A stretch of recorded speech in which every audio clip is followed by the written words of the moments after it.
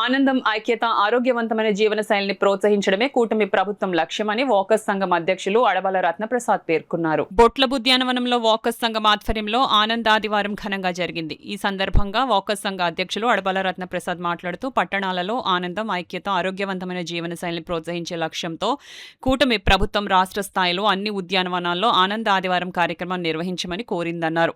దీంతో ప్రతి ఆదివారం ఈ కార్యక్రమాన్ని నిర్వహిస్తున్నామని అన్నారు. ఉద్యానవనాలను సమాజం పంచుకునే ఉమ్మడి వేదికగా మార్చాలని ప్రభుత్వ ఉద్దేశ్యమని, ఆ దిశగా తాము ఉచిత వైద్య శిబిరాలు నిర్వహించడంతో పాటు హ్యాపీ సండే కార్యక్రమాన్ని నిర్వహిస్తున్నామని అన్నారు. వేదుల శ్రీకృష్ణ ఫణీంద్ర చేసిన జానపద నృత్యం ఆకట్టుకుంది.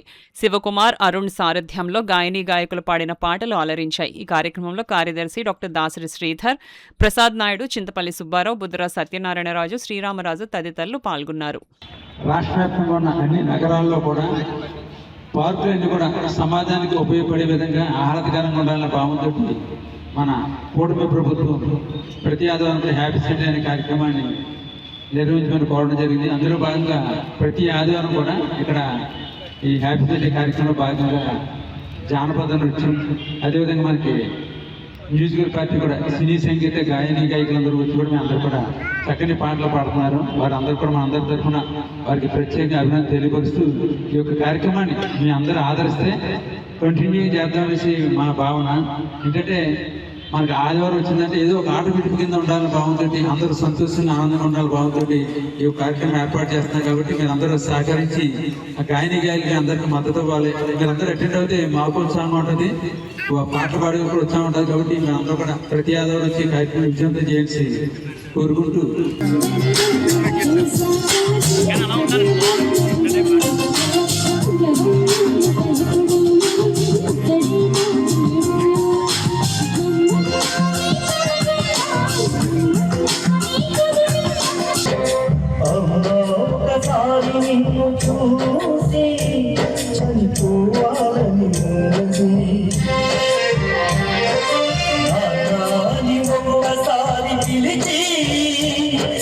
సర్వస్వం కోల్పోతమన్నా వందనాలు వందనాలు వివేకానంద ఈ ధరిత్రిపై జరపలేని